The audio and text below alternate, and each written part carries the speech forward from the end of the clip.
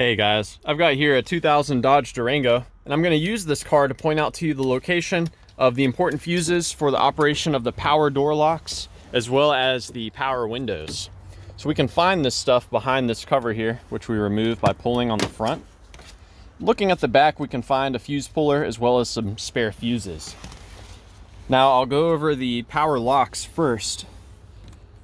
All of the power that goes to the switches and the locks themselves come from this 20 amp fuse at position number 13. There's also illumination that goes to some of the switches that comes from this fuse, fuse number 2. As you can see, this is what a burnt fuse looks like. Now, the power windows receive power from only one source, and that is going to be not a fuse, but a circuit breaker.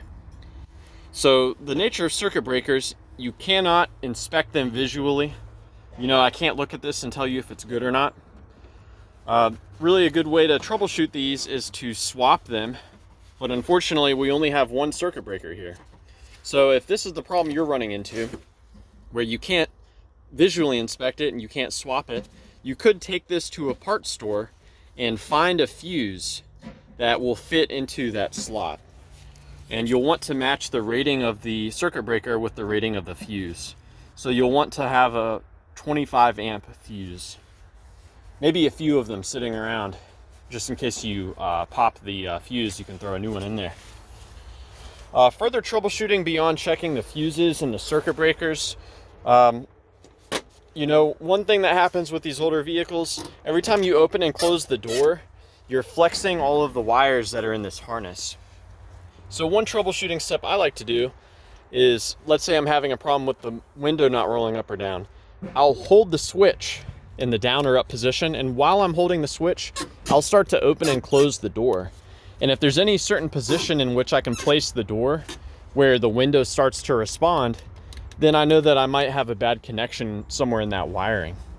Beyond that, really what you've got to do is take the door panel off and take a look and see if your motors are getting power from the switch when you're activating the switch. But yeah, I hope that this information was a good starting point for you.